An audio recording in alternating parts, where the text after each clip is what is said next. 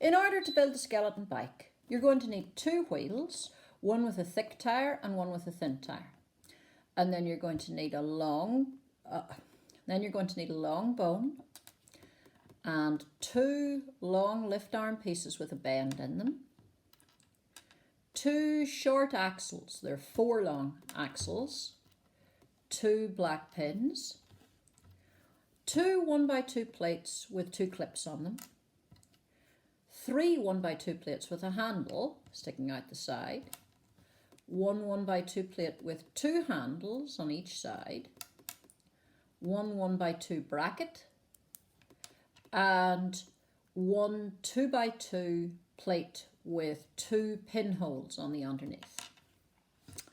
We're going to start with the plate with the pinholes, and we're going to stick the pins in on either side, like this.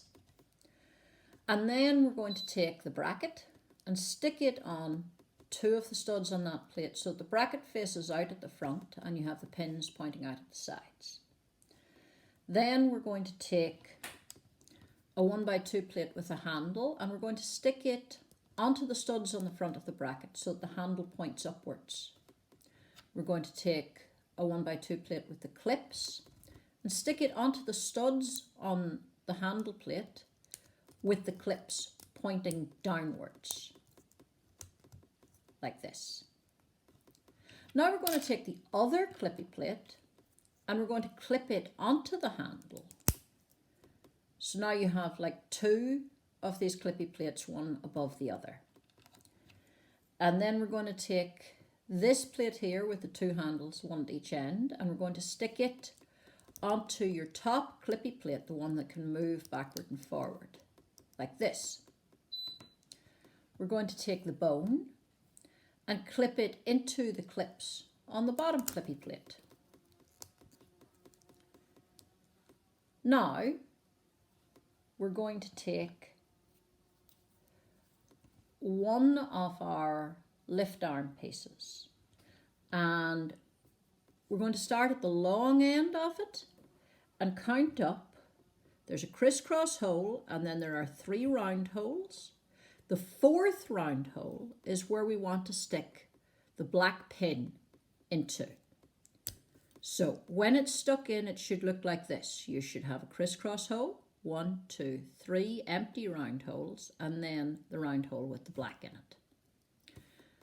And now we're going to take the axles and we're going to stick them into the crisscross holes at each end of the lift arm, like this.